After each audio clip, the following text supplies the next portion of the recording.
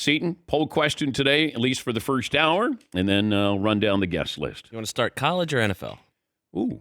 Well, we're going to go to Boulder, Colorado here in about 15 minutes. Lewis Riddick of the Mothership is there covering Colorado versus Colorado State. So if it's Deion related, okay. Colorado State head coach Jay Norvell's comments were smart or silly? All right, let me play the comments. He's at a bar. They usually do these every week radio show. The coach has his own show. You're playing to a home crowd. You got a home court advantage here. And they're getting everybody fired up. And here's the coach for Colorado State. We're excited. Our kids are really, we had to do a bunch of ESPN videos, and it was great. I loved it. But our kids came out of those videos really with a chip on their shoulder. They're tired of all that stuff. They really are tired of it. And I sat down with ESPN today, and I don't care if they hear it in Boulder. I told them I took my hat off and I took my glasses off, and I said, when I talk to grown-ups, I take my hat and my glasses off. That's what my mother taught me. So, they're not going to like us no matter what we say or do. It doesn't matter, okay? So let's go up there and play. And so that's just how I feel about it. Okay.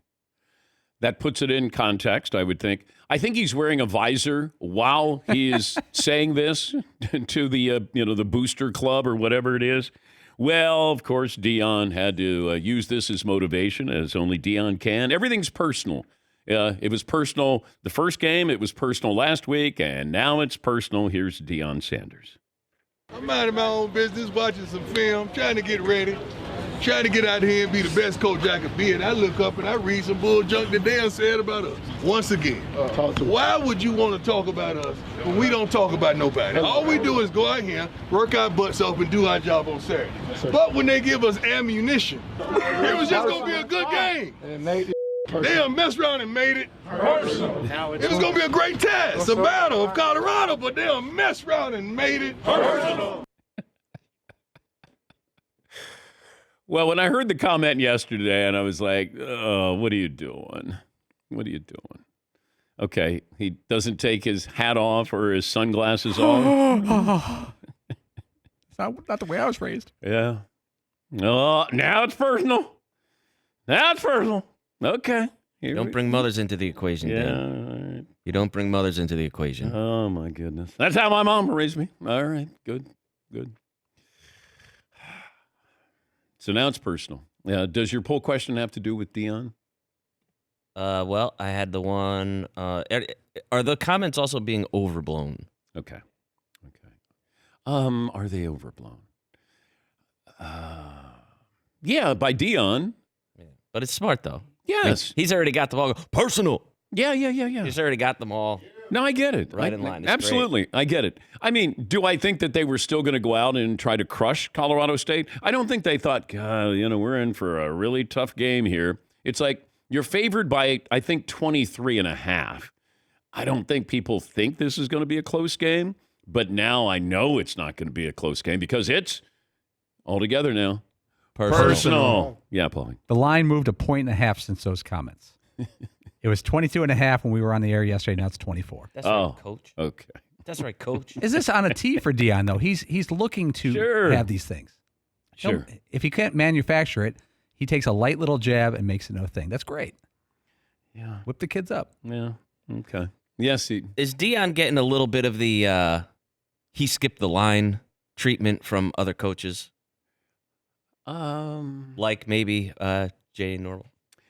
I think he should, because you're hearing conversations or analysts saying, this paves the way for other black coaches. No, it doesn't. This is Deion Sanders.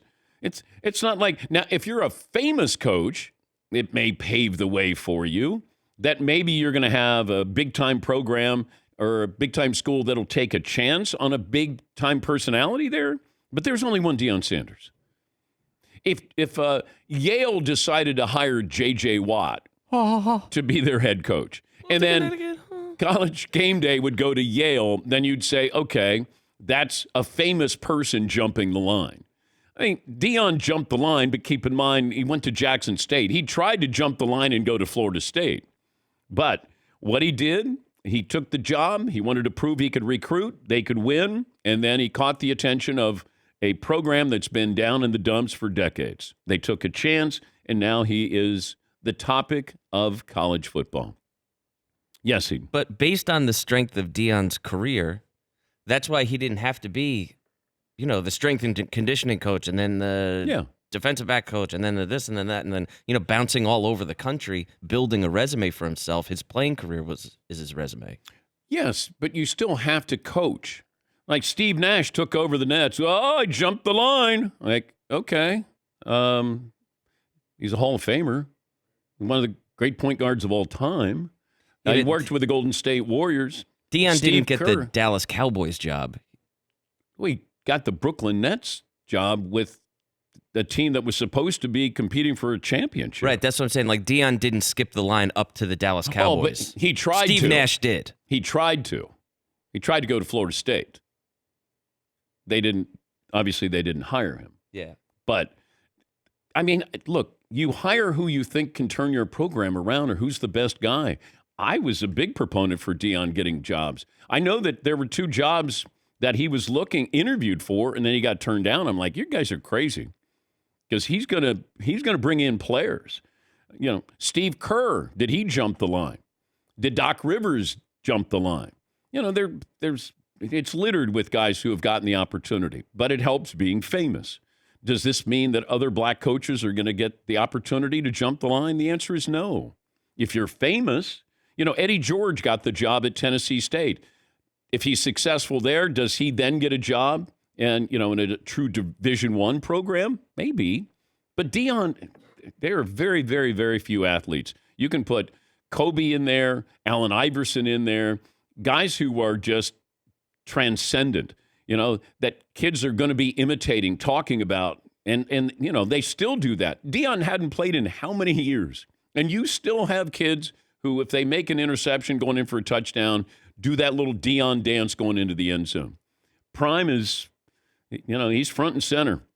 Now, you can't afford to lose this game. This would be the worst loss for a team the entire year when you think about it. Everything that's attached to this. Now you got Oregon next week, and then you have USC. If you could somehow win this game, which you should, then you have Oregon, and then you get to host USC. Now, all of a sudden, that's the game of the year. Oh, man. That's like Tennessee, Alabama last year was the game of the year up until that point. But I have no problem with Colorado hiring Deion Sanders. He's the right guy. And he could have been the right guy for a lot of programs because he has star power. Plain and simple. Yes, Todd. Why would Florida State and some of these other programs not have hired Deion? They didn't want the circus. They didn't believe that he could be a good coach. I'm curious as to why they wouldn't go. Well, he with hadn't him. coached before. He was an unknown quantity. But that's the same for Colorado. They took a chance. Well, no, he was at Jackson State. Yeah. Yeah. Why? I don't know. See, that's the thing. Like, it was like like his time at Jackson State wasn't real or something. It was legit. Yeah. Yeah. I mean, he put him on the map. Game day went to Jackson State. What is college football all about? Recruiting, getting recruits, being relevant. Deion can recruit and make you relevant. And he's smart enough to hire guys who are smarter than him to be on his coaching staff, who are the X's and O's guys. He knows his strengths and knows his weaknesses. He has done a great job in, exacerbating that.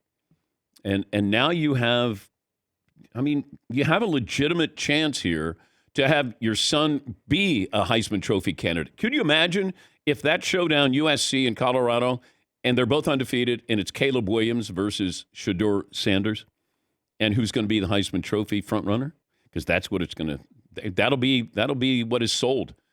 Doesn't that sound crazy? It is. It is. They had talent. I just thought they had top end talent. They didn't have it all the way through the roster, and that's why next year was the year because Deion was going to get his players, and they're ahead of the curve here. Good for him. Good for us. Gives us something to talk about.